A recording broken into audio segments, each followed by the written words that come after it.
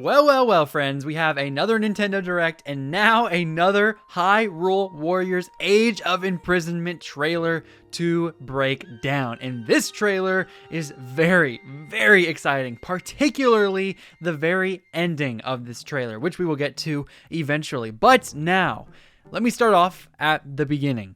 Here we can see Ganondorf and his little smile, his little smirk, his annoying little face, and then we can see him stick his hand out and the gloom, the malice pours out from his hand. We see a little bit more gloom coming out of nowhere, the gloom hands coming out from the ground. Then we see this thing. This thing. It seems to be made out of gloom, malice, and rock. It is very similar to the Morgaya boss right before you get into the volcano area, Elden region, and also very, very similar to the boss fight in the Fire Temple, the Marbled Goma. Whatever this thing is, it also resembles Ganon's pig form. We can see with the little horns below and above it, also with that big eye in the middle. It just reminds me a lot of Ganondorf's pig form, and that's probably all we can ascertain from this image. Then we see a bunch of gloom-filled enemies, very reminiscent once again of that one cutscene from Tears of the Kingdom where Ganondorf is taking over. Now we can see Zelda with her Sword of Light and Rauru with his Sword of Light, and now, from the last video, I know, he is the Sage of Light. I cannot believe I forgot it. Here we can also see the sages all lining up one by one, and Rauru right in the middle. Next up, we get to see Zelda and Rauru coming together with their light and time powers. Rauru is able to use his powers, and then Zelda is using hers, and they are blasting the enemies right in front of them. Next up, we can see the Zora Sage using the powers of water to circle this enemy and hit him with their trident, and I think also we can see Rauru over here and Zelda right next to them.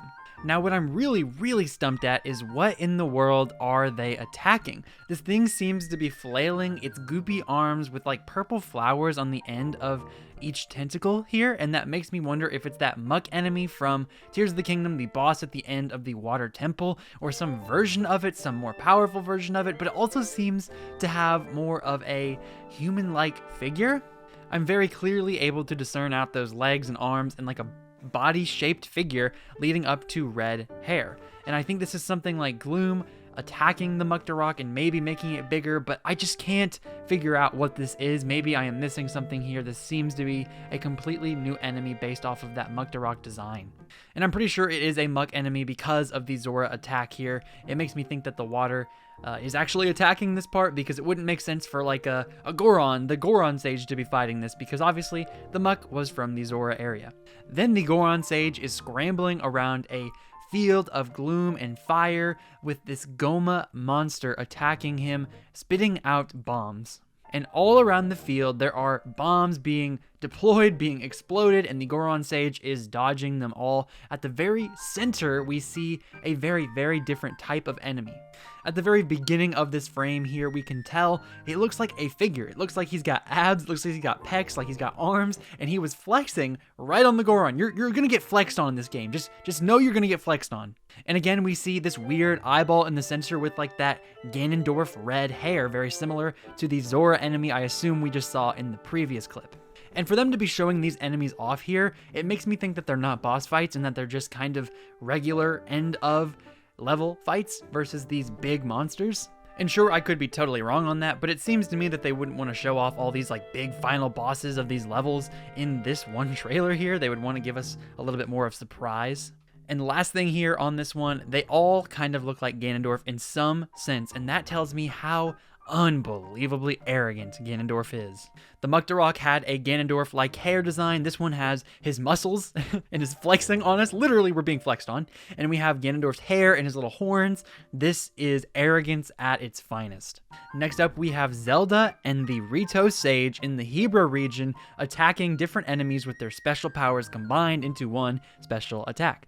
She is creating light swords, and with the power of the Rito Sage, those wind gusts are picking up the sword, and they're able to attack the enemies in front of them in this Hebra base. Next up, we see the Zora Sage and Zelda once again combining their powers together of both light and water to use their special attack on the enemies right in front of them. Then, again, we see Zelda using her powers and the Gerudo Sage alongside of her, and they're using their powers together for a special attack to get those ugly looking things right in front of them.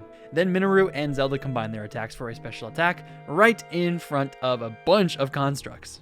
Then we see the logo once again, Hyrule Warriors, Age of Imprisonment, with Ganondorf's ugly face and his big ol' ugly horn right at the front. Then we see another view of Hyrule Castle way back in the day.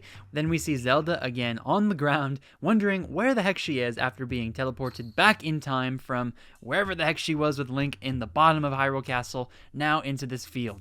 Sonia shook her awake, and then we get to see Rauru and Sonia both introduced. Then we see the classic mural of Ganondorf raising up Sonia, taking the secret stone from her like we saw in Tears of the Kingdom. Then Zelda, Rauru, and Sonia both look out across Hyrule as Zelda realizes she is in a very different Hyrule than she is familiar with. About a minute into this trailer, we finally get to see our first glimpse of the UI and the gameplay alongside of it. So let's break this down. On the bottom right, we have our little mini map showing us little points of interest. We can see the red dots representing the enemies, the blue dot representing what I would assume is a teleport point, and the player icon glowing green is Zelda, and the yellow icon obviously is Rauru. We can see both of those yellow and green icons are next to them in the left side of the screen, about the middle part there. At the bottom left side of the screen, we can see that Zelda is at level 21 with over 80 kills in this level alone. She is gaining experience like crazy, and this is probably closer to a fourth of the way through the game, maybe halfway through.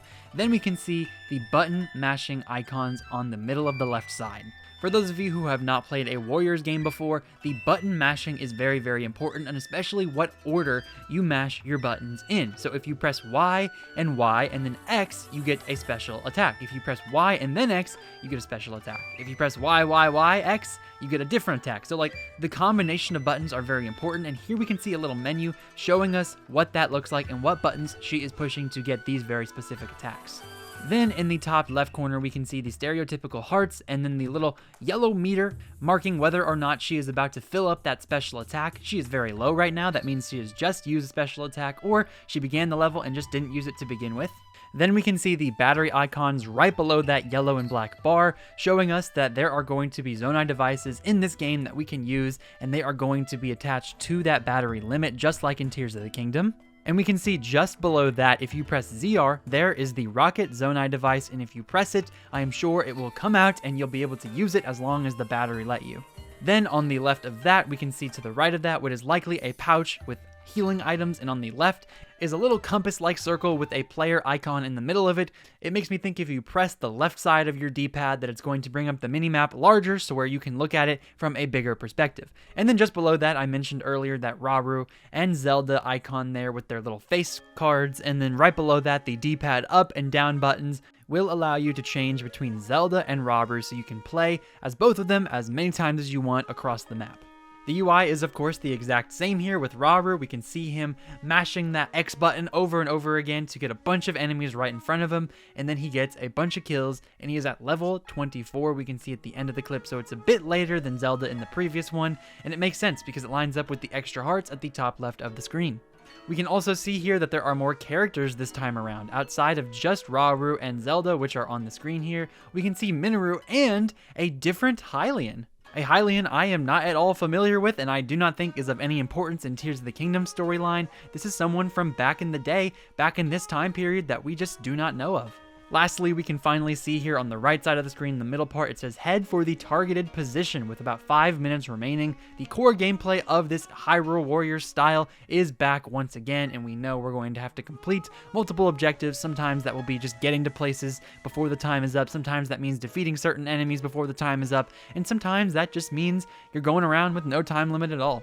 Next up, we have a Korok, a playable Korok from back in the day. We get to play as this dude. He's got a little funny hat, and he throws out all kinds of different fruits. He's got that water fruit, the electric fruit, and they all explode on the enemies right in front of him. Then Minoru uses a bunch of Zonai devices attached together to defeat the little Froxes, showing us how incredibly intuitive this system is probably going to feel and be, because we're going to be able to construct our own Zonai devices and then attack them. Or maybe this is just Minoru's thing, because we do know to some extent we can all use Zonai devices, every character, but obviously Minoru is the construct person. Then we get to see the Zora Sage using a bunch of different combinations to get a big water attack to knock all of the Muck Shield off of this huge Hinox. Then we see a bunch of new Zonai devices being used on all of these enemies. A bunch of muck-covered bokoblins are getting destroyed by a fountain. Then Minoru uses a fan to knock a bunch of constructs backwards. Then we get to see Zelda using a fan, puts the fan down. She gets a electric Zonai device and then starts running around with it, electrocuting everybody. And the way she walks with this thing is so funny to me. I don't know why. Then we get another good view of Sonia and Zelda this time using their special attacks together with both light and time powers, since Zelda has both and Sonia has time. But this isn't just a special attack. This is what they are calling a sync strike. It's what we saw at the beginning of the trailer with Rauru and Zelda, and now we can see you can use it with anyone. This Gerudo Sage is powering up another Gerudo, and they are syncing up their attacks. Then we see Minoru and Rauru doing it together, and I'm sure there are going to be a bunch of fun, cool combinations with different characters using these sync strikes together. Then we get to see the co-op mode together, which is not something that interests me very much because of the low frame rate that we can see. Then we get a look at the game share with this game. It's really cool that you can share your game with other people, and I'm sure it works for the Switch 2 as well, but I've always thought it was so odd for Switch 2 exclusives to be able to be shared on Switch 1 consoles because they don't run that well, and it's just not that fun. So, I mean, I guess it's a cool option, but it's a very weird option. Buckle in, folks. These last few seconds of this trailer are something special. We see from a different perspective Ganondorf using his power right after getting the Secret Stone and blasting up his Malice Gloom powers up into the air, summoning all of his demon monsters. And we get to see our main cast of Zelda, Minoru, and Rauru all standing together with a Hylian right beside them. And I think this Hylian is the same Hylian from that fourth player that we saw with Rauru and his attacks earlier in this trailer. Whoever this Hylian is, they play a big part in the story, and we will be able to play them in this game and see what they were all about. Then we get an interesting clip of Minoru here looking at an ancient relic, and all of a sudden, with her hand outstretched, she's trying to activate something here, and a big X appears very similarly to the big X that appeared to Link in the beginning of Tears of the Kingdom when his hand was not quite powered up enough to get to where he was trying to go inside the temple at the beginning of that game. Then we get a glimpse at Zelda's Secret Stone and Rauru's Secret Stone, and then what we see next is absolutely mind-boggling. We get to see something flying through the air, and we're like, what in the world is that? Is that a jet? It looks like a jet. What is that? And it turns out to be a construct, and we see it more clearly fighting a Gleeok mid-air with the camera falling behind it like an action sequence in a movie. This is literally a cutscene from a movie. This construct jet-looking thing is attacking this Gleeok, flying over the hordes of monsters and enemies and saving Hyrule as we know it, presumably. And what in the world could this construct thing possibly be? Well, it is the construct from the first trailer that we were able to see back in the partner showcase. And we can go on even further in this trailer. Zelda is looking up in awe at the sky, wondering what in the world is this thing. Then we see the construct skydiving down from the top to the bottom in the depths with this jet propulsion system. Then it disintegrates in thin air and applies back to him, and he becomes a different humanoid form. Then, this trailer decides to not give us any more information regarding what the heck we just saw. We get to see Hyrule Warriors Age of Imprisonment, the logo once again made by Koei Tecmo on the Nintendo Switch 2. And we finally get a release date for November 6th, 2025. I am shocked to see this is coming out this year. Pre-orders begin today on the Nintendo eShop, if you were wondering. It does not come out in January or February. It comes out in November, which is before winter. It's coming out before winter. Winter does not start until late December. That's where the trailer ends, but that is not at all where the information for this game ends. They were able to put out an interesting poster to show us more about what the heck this construct is. And boom, we get to see this amazing artwork here. Zelda is at the very forefront, Rauru and Sonia in the back, the sages are filling out the sides, and wait a minute, what is that? That's Link. That has to be Link, right? Like, I was speculating in the past trailer with Fi and her music being thrown out there at the end of the trailer with that construct at the end and that humanoid hand, that maybe this could possibly be Link. And here we are, the hero. And I don't know if this is our Link. Maybe it isn't, maybe it is, but the hair on the sides really makes me think that this is Link. And I don't know, a lot of people were saying in my last video this could be Fi, because obviously it was Fi's music, so of course this is Fi. But what is with this hair? What is with these eyes that look just like Link? I mean, come on, look at this. It looks like Link.